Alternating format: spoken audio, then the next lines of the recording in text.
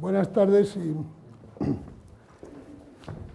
Les tengo que confesar que el tema este complejo que decía el presidente en su amabilísima introducción de la charla, pues es un tema que he elegido con la única finalidad de ver si llegaba a entender algo de esto, porque cuando hay que hacer un esfuerzo divulgativo es cuando uno puede contrastar realmente si entiende de lo que habla.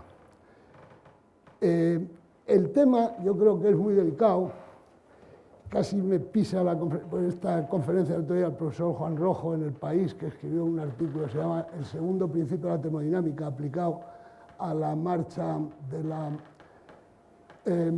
universidad, vamos, más concretamente hablando de política científica necesaria para la universidad, porque todo esto del segundo principio de la termodinámica es realmente muy difícil. Yo creo que es de las cosas más difíciles que hay en la física y de las más importantes, porque realmente toda la realidad, por ejemplo, como el caso este de estudio del funcionamiento de la biosfera y del medio ambiente, pues es importantísimo el segundo principio.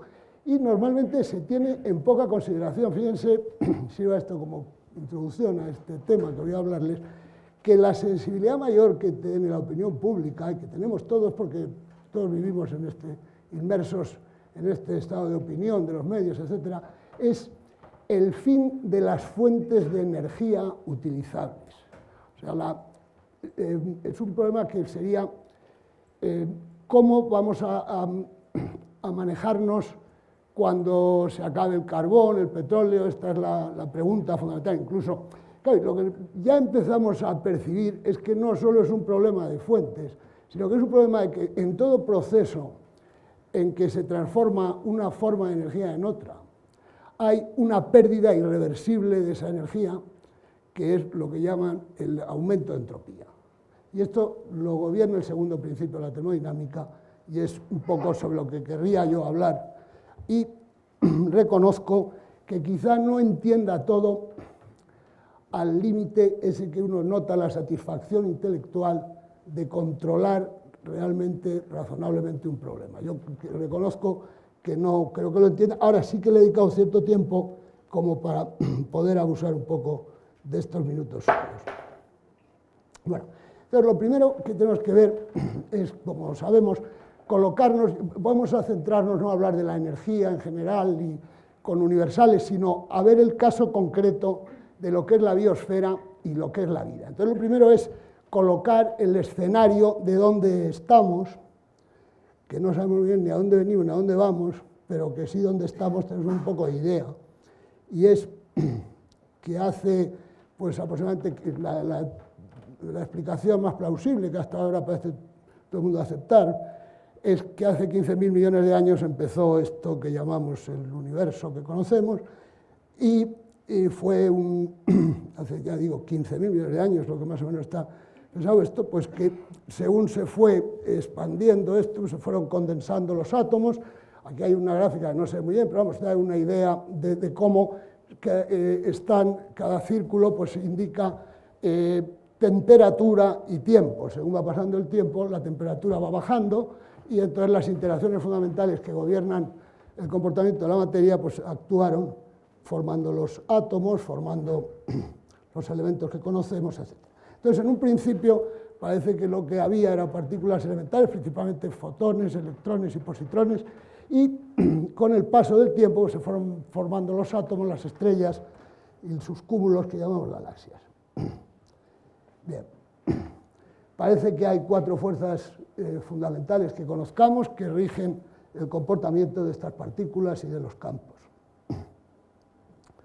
Bueno, pues esta es una imagen de nuestra galaxia, y esta galaxia, la Vía Láctea, el sistema solar está ubicado más o menos donde indica esa flecha. Esto sería el sistema solar. Que no quiero usar esto porque es de esos que se arman un lío que luego empiezan a pasar las transparencias. Este es justo, este es el sistema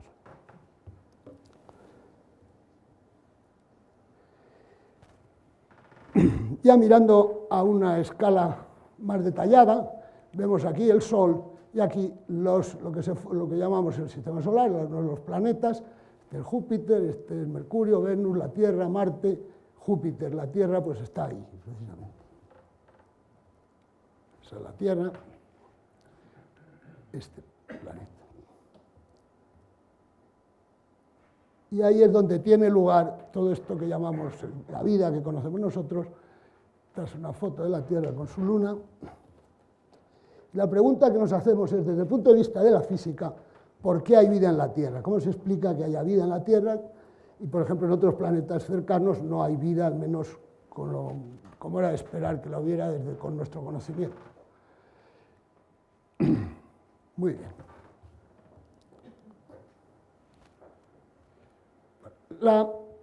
Lo que no cabe duda es que la vida requiere energía, necesitamos energía para vivir. ¿Y esta energía de dónde viene? Pues la energía a nosotros nos viene del Sol, exclusivamente. Del Sol llega, mediante la radiación electromagnética, una energía que se está produciendo por una fusión nuclear que tiene lugar en la estrella, y esta energía de la fusión se transmite mediante radiación electromagnética, que se llama fotones, que llegan a la Tierra con el ángulo sólido que corresponde, se esparcen en todas las direcciones. Aquí está la Tierra. La luz, la radiación electromagnética, requiere 8 minutos para llegar de la superficie del Sol a la Tierra, ya que el Sol está situado a 150 millones de kilómetros de la Tierra.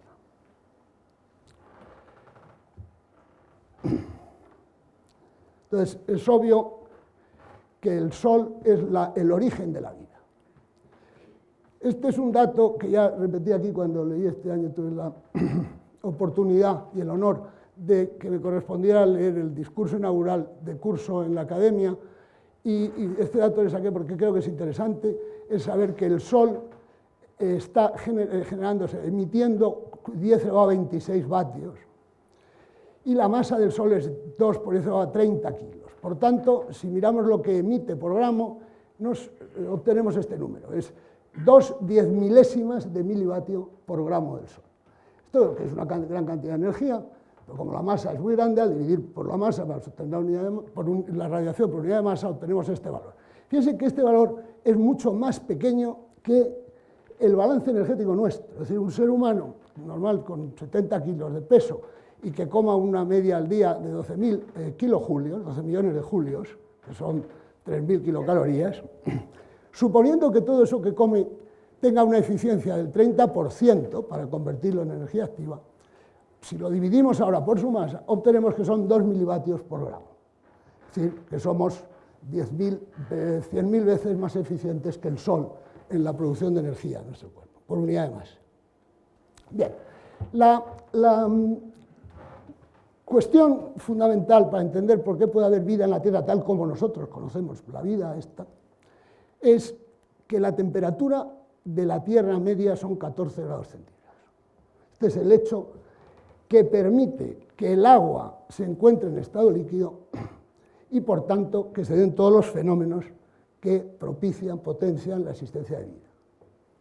O sea, ¿qué hace falta para que haya vida? Agua, o sea, líquido, agua, y para que el agua sea líquido, pues tiene que tener una temperatura comprendida entre 0 grados centígrados y 100 grados centígrados, y la Tierra está a 14 grados centígrados. ¿Y por qué está a 14 grados centígrados? Pues hay por una serie de combinaciones de elementos que permiten que sea así, y estos son fundamentalmente el tamaño de la Tierra y la distancia que nos separa del Sol. El radio de la Tierra, que son 6.370 kilómetros, implica que el volumen de la Tierra comparado con el del Sol es una millonésima del volumen del Sol, aunque es 100 veces superior a la de nuestra Luna. Entonces, esto nos olvidamos de las fórmulas y pensamos un poquito, esto creo que se puede entender bien con... Se llama, y este es un dato muy importante, en un campo gravitatorio, velocidad de escape de un cuerpo, la velocidad que tiene que tener cuando está pegado al suelo, con la que la tenemos que lanzar hacia arriba para que se escape de la atmósfera y se vaya al infinito. Bueno, es obvio que una masa está siendo atraída por la Tierra. Si nosotros lanzamos esta masa hacia arriba, están todos de acuerdo que a más velocidad le demos inicialmente, mayor altura alcanza. y llega a una altura a la que se para y cae. Entonces, esto haciendo una consideración muy sencilla, que es que la suma de la energía cinética y de la potencial que tiene la partícula tiene que ser constante, entonces ponemos la condición de que en el punto que se para la cinética es cero, porque se ha parado, la velocidad es cero, solo tiene energía potencial, entonces la energía potencial que tiene en el punto que se para, en R0 llamamos la altura a la que llega a anularse su velocidad, pues es la suma de la energía potencial y cinética que tiene aquí, y entonces, bueno, pues haciendo esta igualdad se obtiene que para que una masa, perdón, cualquier masa se salga de la Tierra y se vaya hacia el infinito, se vaya, alcance la velocidad de escape, tiene que tener una velocidad de 11.000 metros por segundo u 11 kilómetros por segundo. Entonces, todo lo que lance yo con más velocidad de 11 kilómetros por segundo se marcha para siempre del campo gravitatorio terrestre. Entonces,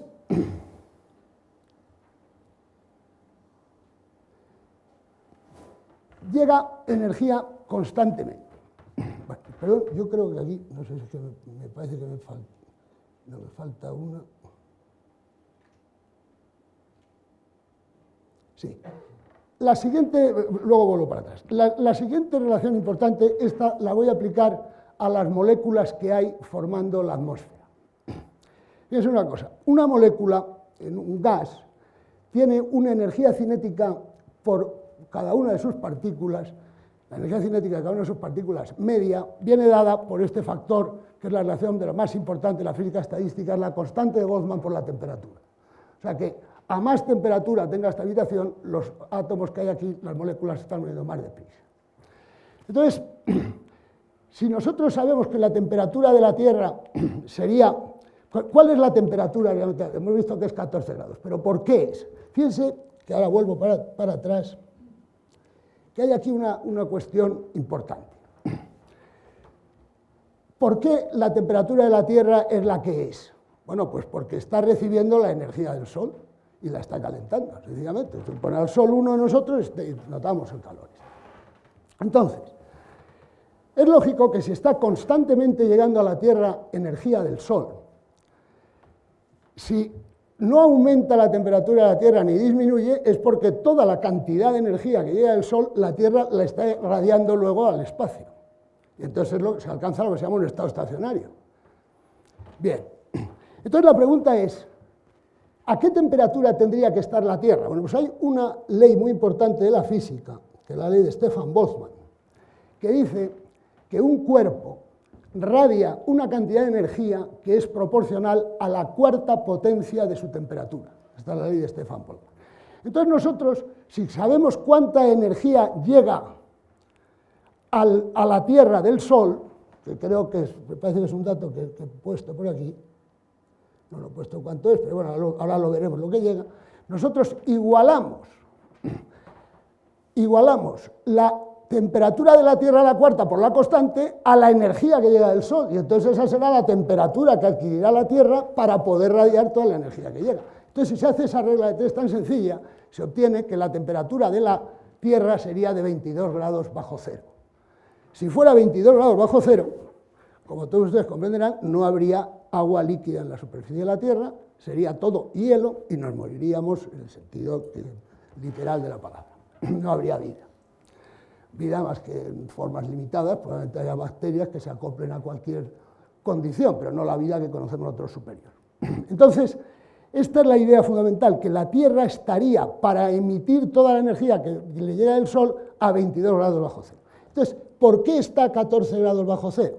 Pues sencillamente porque la Tierra es capaz de retener un manto en torno a ella de moléculas de gas, que es lo que se llama la atmósfera. ¿Y por qué? Porque si nosotros ponemos 22 grados aquí, 22 grados bajo cero, o sea que son 253 grados Kelvin, lo que sea aquí, y ponemos el valor de la constante de Boltzmann, resulta que la velocidad que tiene una partícula, por ejemplo, una molécula de oxígeno, o una molécula que tenga aproximadamente 50 protones, dos núcleos de 25, de 16, pues esa velocidad resulta ser 370 metros por segundo, lo cual es mucho menor que 10.000, que es la velocidad de escape. Entonces esas moléculas se quedan almacenadas en torno a la Tierra y no se escapan. Si la temperatura de la Tierra, si la Tierra estuviera más cerca del Sol y tuviera mayor temperatura, las moléculas se escaparían porque tendrían una velocidad, o fuera más pequeño el diámetro de la Tierra, con lo cual la atracción gravitatoria fuera menor. Luego es una combinación del tamaño y la distancia la que hace que haya atmósfera. Y una vez que hay atmósfera, se puede entender por qué la temperatura no es de 22 grados bajo cero, sino que es de 14 grados sobre cero. ¿Por qué? Pues por esa atmósfera que se forma. Esa atmósfera hace el mismo efecto que un edredón cuando uno está durmiendo.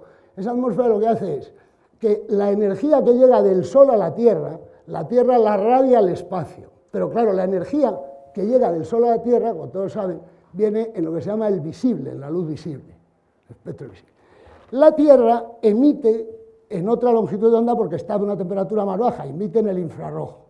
Pero bueno, puede emitir la misma energía que le llega en forma de visible, la puede emitir en infrarrojo. Pero es que resulta que al emitir el infrarrojo, estas moléculas de aire que forman el aire, nitrógeno, oxígeno, etcétera, CO2, todas estas moléculas absorben el infrarrojo y lo reemiten para arriba y para abajo, y vuelve a la Tierra no solo la radiación que viene del Sol, sino la que le devuelve la atmósfera, como está pintado en esta gráfica. Y que aquí llega la energía solar, que la pinto en amarillo para distinguirla a la otra más sucia, que es el infrarrojo. La amarilla es muy limpia. Llega esta energía a la Tierra y la Tierra absorbe 168 vatios por metro cuadrado de radiación solar promedio. Parte se va a la atmósfera, parte se refleja al albedo, 168 es lo que absorbe. Entonces, aquí la Tierra tendría que emitir en infrarrojo 168, pero como resulta que lo emite en infrarrojo, y el infrarrojo lo absorbe toda la atmósfera que está aquí, la atmósfera le devuelve esa radiación a la Tierra. Entonces, lo que está llegando a la Tierra no solo es lo que le llega del Sol, sino es la suma de lo que le llega del Sol, más lo que reemite la atmósfera esta en infrarrojo. Y entonces lo que tiene que hacer la Tierra ahora es emitir más. Por tanto, como lo que emite un cuerpo es proporcional a la cuarta potencia de la temperatura, al tener que reemitir más radiación, tiene que subir su temperatura, y esto se llama efecto invernadero, que todos muchas veces pensamos cuando oímos hablar del efecto invernadero, que es algo catastrófico y terrible. El efecto invernadero es lo que permite que haya vida en la Tierra, que haya agua líquida y que por tanto se mantenga esta posición tan favorable para nosotros por ahora.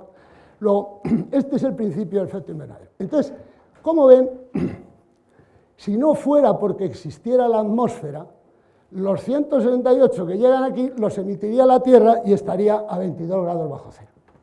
Entonces, vamos a ver ahora cómo es un poco el balance energético. Fíjense que a la Tierra desde el Sol llegan 1.400 vatios por metro cuadrado, que entonces si hacemos efectivos solo los aproximadamente 10 elevado a 8 kilómetros cuadrados que están dando al Sol en cada momento, le corresponde a un total de 240 vatios por metro cuadrado. A la alta atmósfera, como hemos visto, eso es lo que llega a la alta atmósfera. Entonces, esto significa que multiplicando por la superficie de la Tierra, llegan exactamente 10 elevado a 5 teravatios, o lo que es lo mismo, 10 elevado a 17, un 10 con 17 ceros de vatios de energía solar. Esto es lo que cuando piensa uno sobre ello, comprende perfectamente la pasión con que muchos colegas defienden la energía solar como la fuente más maravillosa, y es verdad, es energía de fusión limpia en el Sol, que se transmite en una forma muy rica en energía libre, en fotones de alta energía, y que realmente en una cantidad realmente asombrosa, 10 elevado a 5 teravatios. Os he puesto que, por ejemplo, sería 100 millones de veces la central de Vandellós 2. O sea, necesitaríamos 100 millones de centrales nucleares, no es el momento para hacer ninguna hipótesis sobre estas cosas. 100 millones de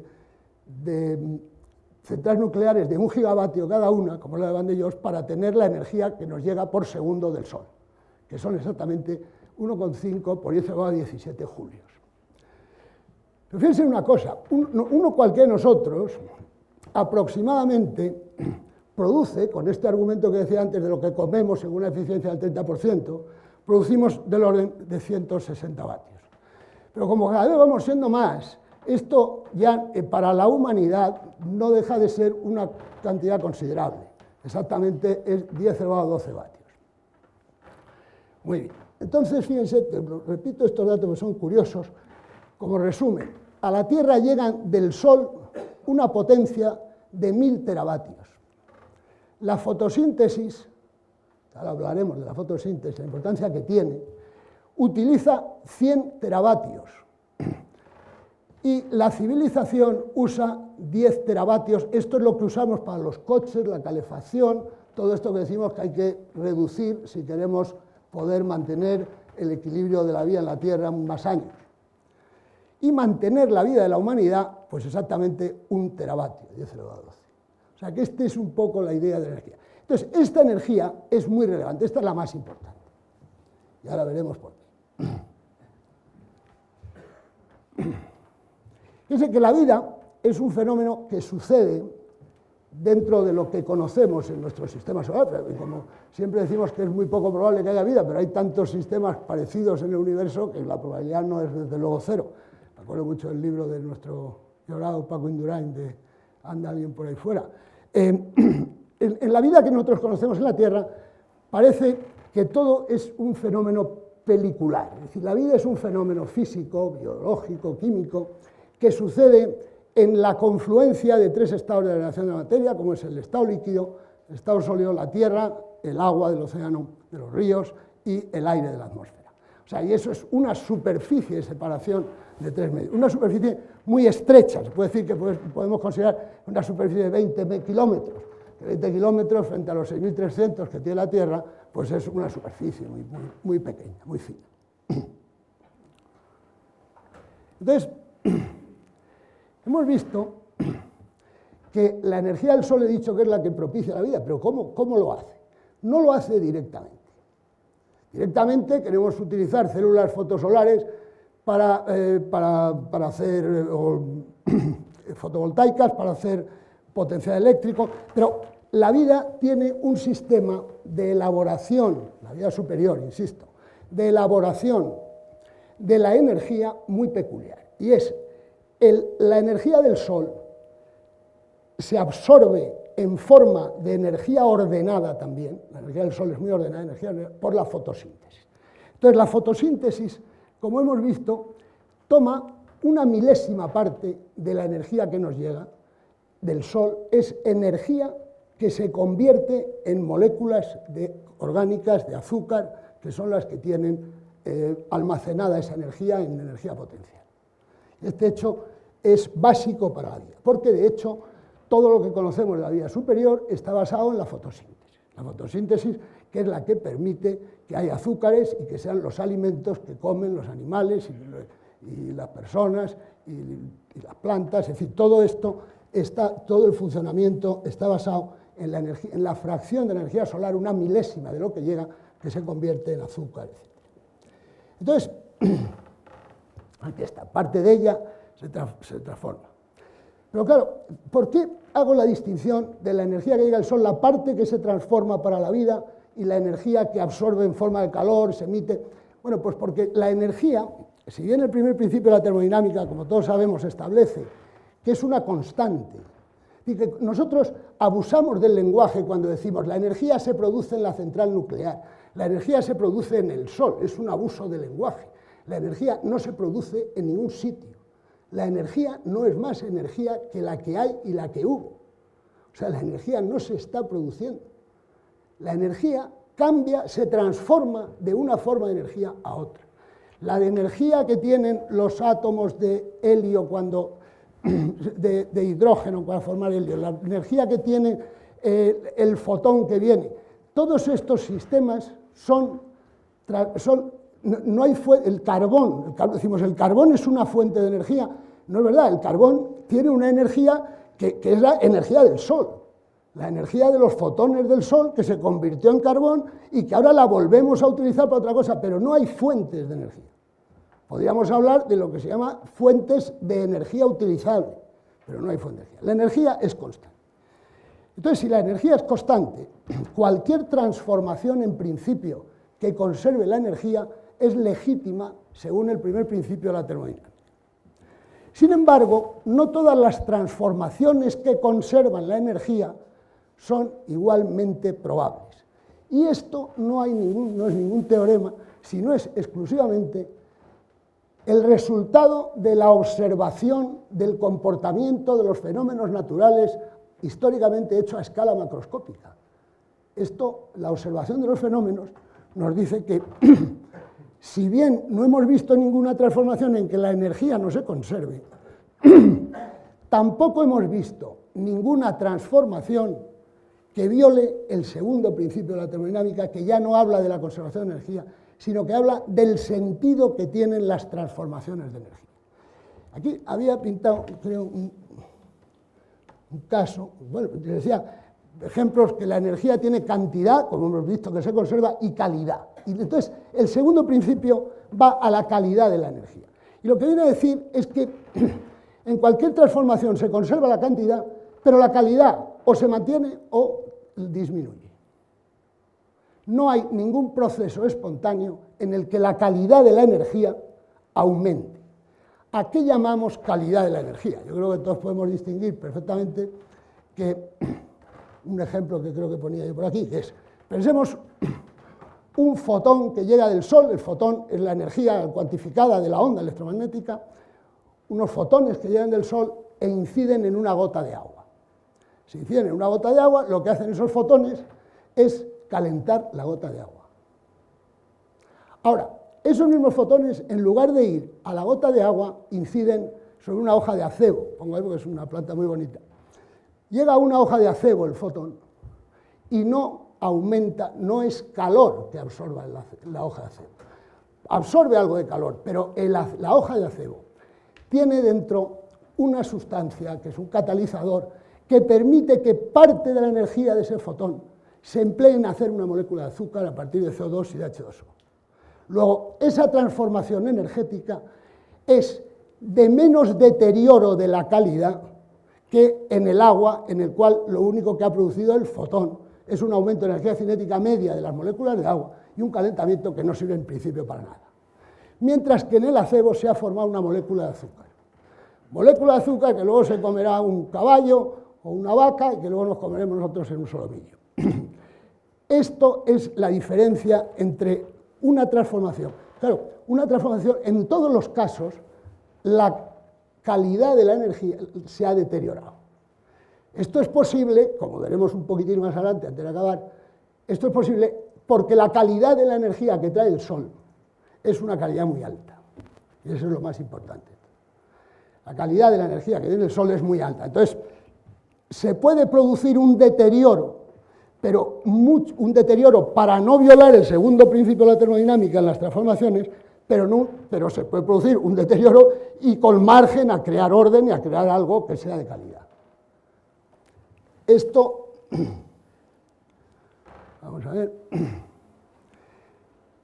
pongo algunos ejemplos, que es, por ejemplo, un coche, cuando un coche, nosotros ponemos gasolina al coche y ahí estamos poniendo una energía en una forma muy rica, muy ordenada, que es las moléculas del gasóleo, que tienen mucha energía almacenada, y cuando se quema, esa energía, parte de ella, como hay un cigüeñal, la utilizamos para que el coche se mueva, para producir un trabajo positivo.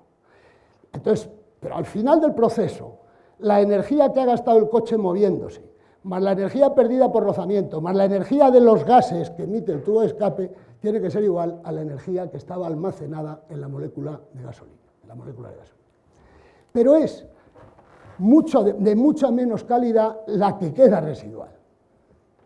Está esto claro. Y además es un proceso totalmente irreversible. Tendríamos que coger los gases, volverles a recoger para hacer proceso reversible.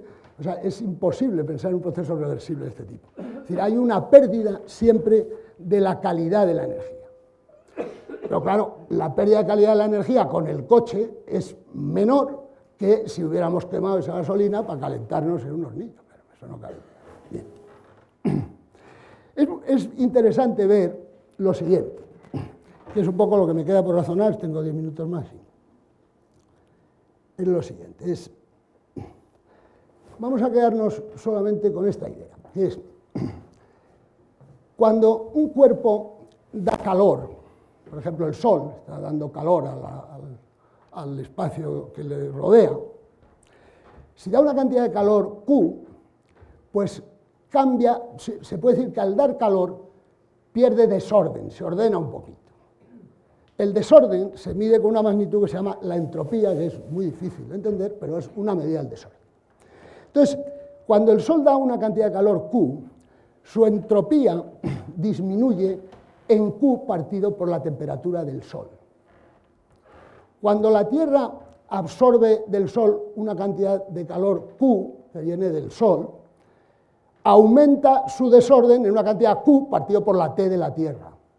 Como la T de la Tierra es la décima parte, un veinteavo de la temperatura del Sol, pues quiere decir que el Sol incrementa muy poquito su orden, pero la Tierra aumenta muchísimo su desorden. Luego, en ese proceso siempre hay una ganancia neta de energía. Bueno, pues esto es el único argumento quizá que podemos que conviene ahora recordar.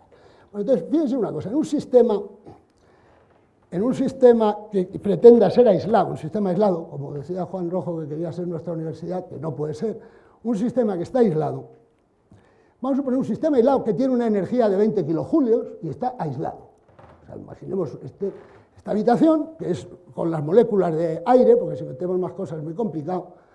Vamos a poner las moléculas de nitrógeno, oxígeno que hay aquí de aire, de CO2, y que todo ese sistema tiene una energía de 20 kilojulios. Y no puede intercambiar energía con ningún otro sistema.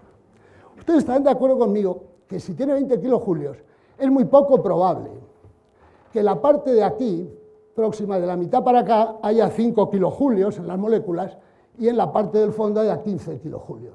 Desde luego eso es compatible con transformaciones que conservan la energía. Había un total de 20, pues 15 más 5 son 20. Pero esto quizás sea más probable, que haya 10 en cada sitio, ¿no? Si lo partimos por la mitad. ¿Por qué? ¿Qué razón hay para que haya más energía aquí que allí? Esto es lo que dice el segundo principio de la termodinámica, que en equilibrio, o sea, puede ser que esto estuviera así, porque pudiera ser que los 20 kilojulios hubiéramos puesto 20 kilojulios con una pared aquí, hubiéramos metido 15 kilojulios de alguna manera aquí, 5 aquí, y ahora hubiéramos retirado la pared. Entonces en el instante inicial había 15 y 5. Pero al cabo de un rato va a estar igualado en todas partes, lógicamente. Eso es lo que se llama el equilibrio. Y esto es el máximo desorden. Y es obvio que si ahora volvemos a poner esta pared, no volveremos casi nunca a tener aquí 15 y aquí 5, sino que siempre habrá 10 en cada lado de los dos. Esto es lo que dice la teoría. Entonces, lo que antes les decía del agua, de la gota de agua o del acebo, está representado aquí. Fíjense en realidad cómo funciona la física de la biosfera. La física de la biosfera desde el punto de vista macroscópico, termodinámico. El Sol es este sistema que está aquí abajo, que está a 6.000 Kelvin, la superficie externa del Sol. Se llama la parte externa. Está a 6.000 Kelvin. Entonces vamos a suponer que en un momento dado da 6.000 electronvoltios, una energía de unos cuantos fotones de estos, del orden de 10.000 fotones del Sol, 6.000 electronvoltios.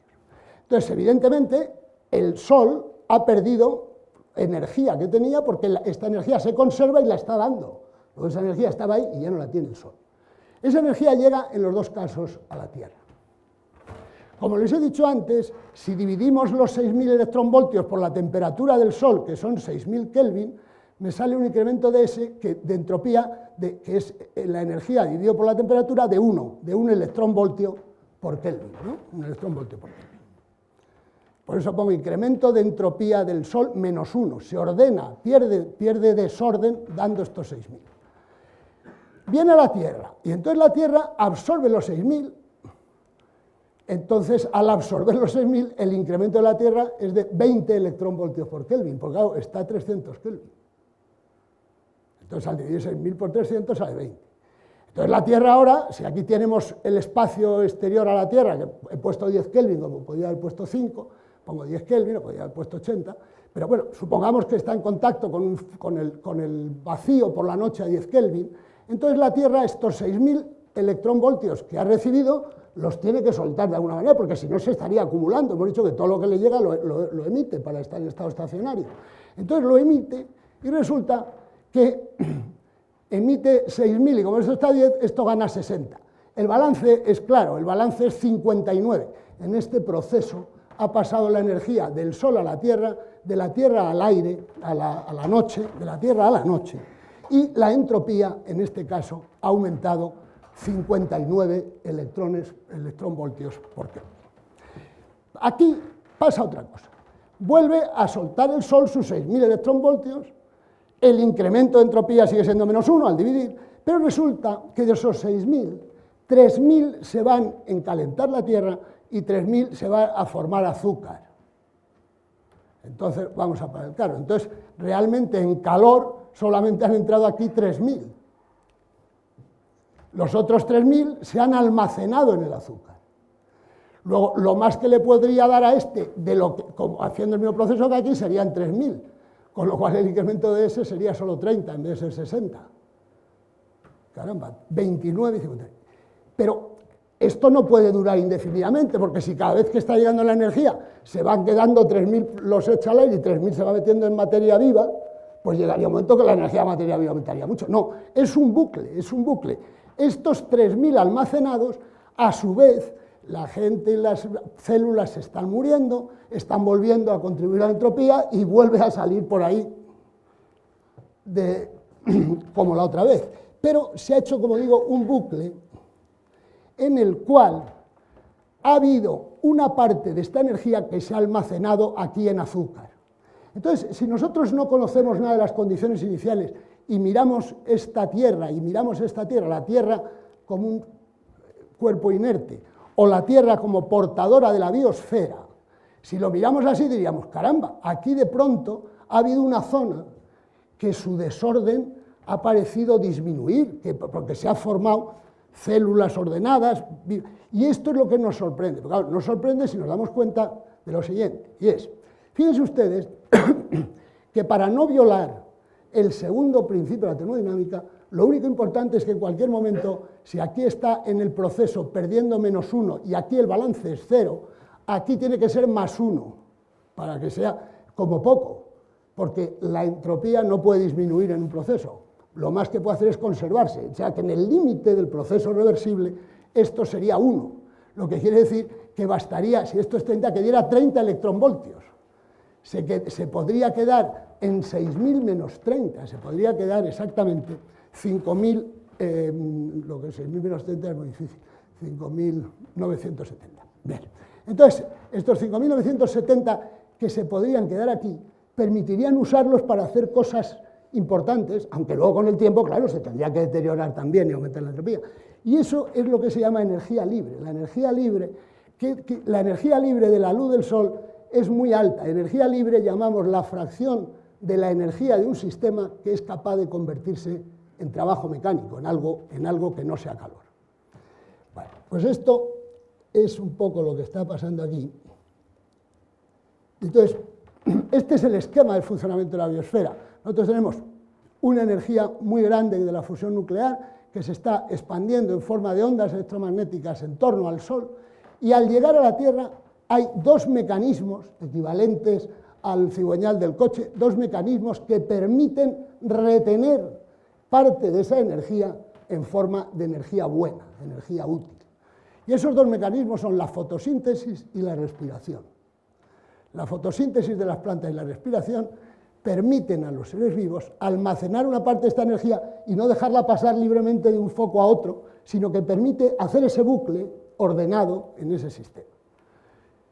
Y este es el secreto de la termodinámica, que no hay ninguna duda. Yo quería acabar diciendo por qué, esta es la famosa ley de distribución de Planck, que fue el origen, un artículo famoso de Planck, el origen de la teoría cuántica, de la vieja teoría de los cuantos, para explicar la radiación.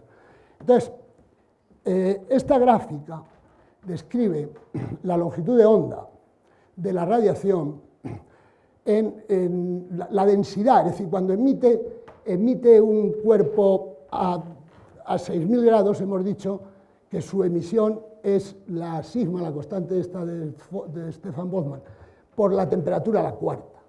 Pero no es la misma, la energía de la luz depende de la frecuencia de los fotones.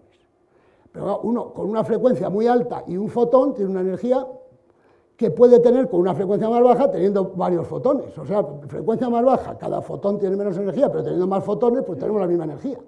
Entonces, es importante ver por qué la energía que viene del Sol es la que nos permite obtener tanto, o sea, es decir, es tan ordenada. Esto, en principio, lo que nos dice que sea tan ordenada es que es muy poco probable la existencia del Sol. Lo que es muy poco probable desde el punto de vista termodinámico, claro, pues existe un gradiente de temperatura enorme entre el Sol y la Tierra, por ejemplo. Todos los gradientes en termodinámica son los que generan fuerzas para eliminarse, ¿no? Y si uno hurga un poquito, donde está el origen de ese sistema tan ordenado, que es los fotones del Sol, está en el Big Bang. Es decir, que lo que fue muy poco probable era el Big Bang, un sistema muy ordenado en aquel momento, desde el punto de vista termodinámico.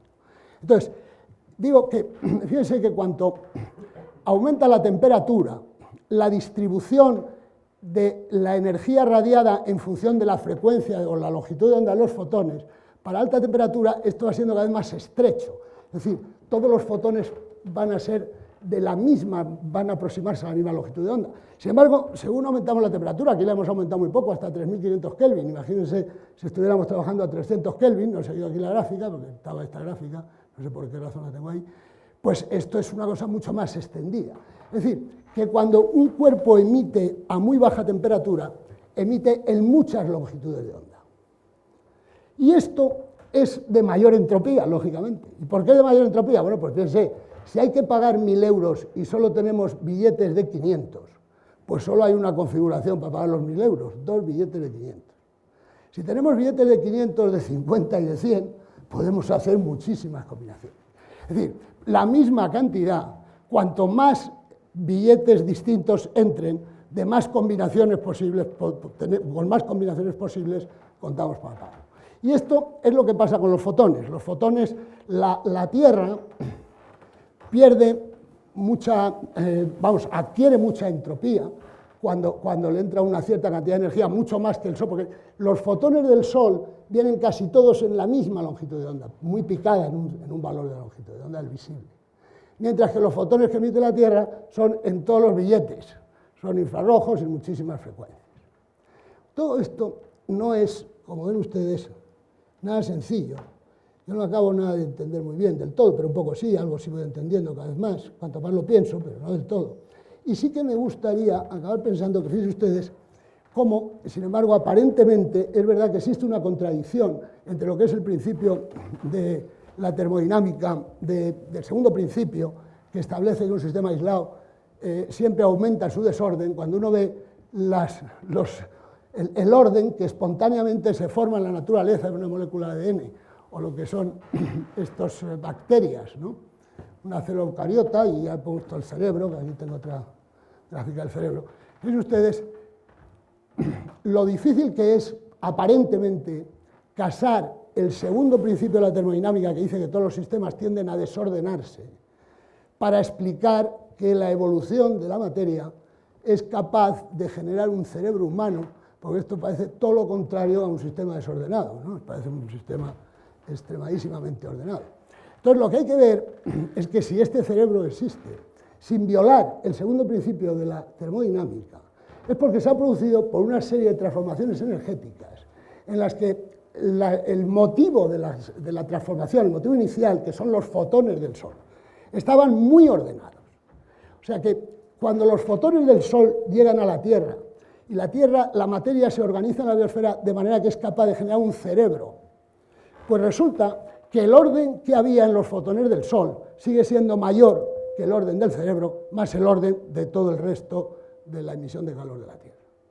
O sea, si no fuera, pues esto decía Penrose, que lo importante, cuando decimos, no, lo importante no es la energía que nos viene del Sol, que como hemos visto es en una cantidad extraordinariamente alta, para lo que son los parámetros en que nos movemos nosotros, de necesidad de las comodidades del mundo desarrollado, civilizado, en esta cultura, ni lo que usamos nosotros para vivir, es muchísimo más la energía que nos llega del Sol. Pero no es lo llamativo la cantidad de energía que nos llega del Sol. Si esa cantidad de energía nos llegara en forma de infrarrojos, porque la temperatura del Sol fuera 100 veces superior a la de la Tierra, aunque llegara la misma cantidad de calor, la misma cantidad de energía. No podríamos utilizar de ella a lo mejor nada más que una centésima, una décima parte, mientras que así usamos el 95%. O sea que lo importante no es la cantidad de energía que nos llega del Sol, sino lo importante es la calidad de esa energía. Y este es el mensaje, lo que quería yo decirles a ustedes, si quieren debatir algo. Muchas gracias.